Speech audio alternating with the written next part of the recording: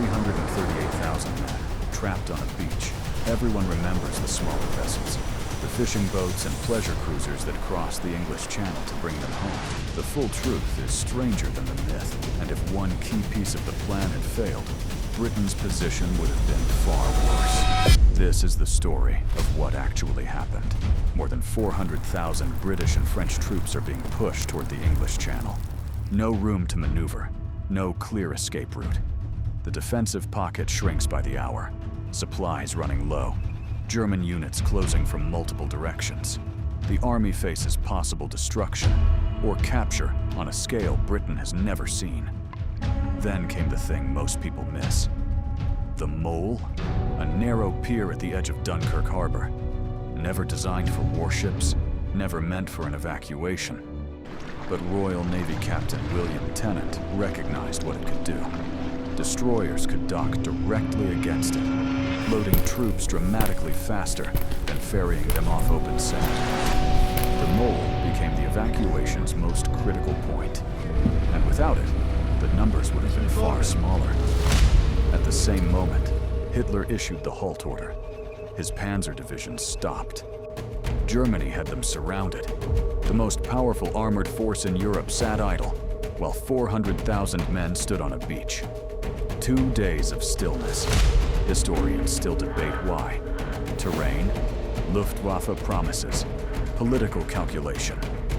But here is what matters. The halt order did not save the army. It bought time. What the Allies did with that time, that is the real story. Every hour mattered.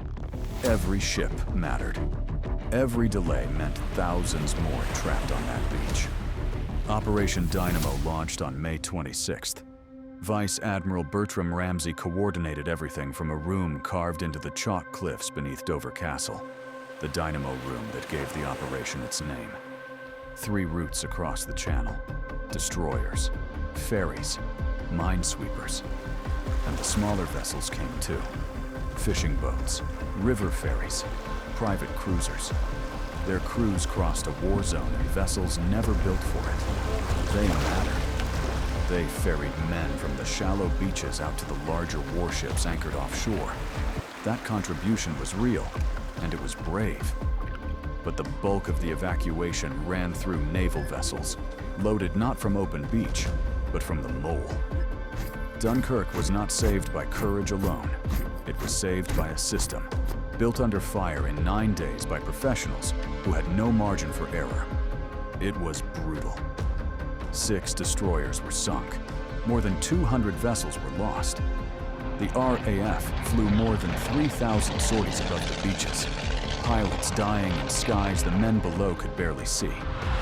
And the French rearguard, the soldiers who held the perimeter so others could board, fought until the pocket collapsed around them. They bought the evacuation with their freedom. 338,000, 226 men made it back to England. They left their vehicles on the beach. They left their equipment. They left their dead. But they left. So yes, Dunkirk was a miracle, but not a simple one. It was a naval officer working from a chalk cliff, a pier that wasn't supposed to hold warships, brave civilians who crossed a war zone without being asked twice, and a French rearguard that held long enough for the rest to go home. Every piece had to work. Every piece did. History didn't turn on victory at Dunkirk. It turned on survival, and the slimmest possible margin between the two.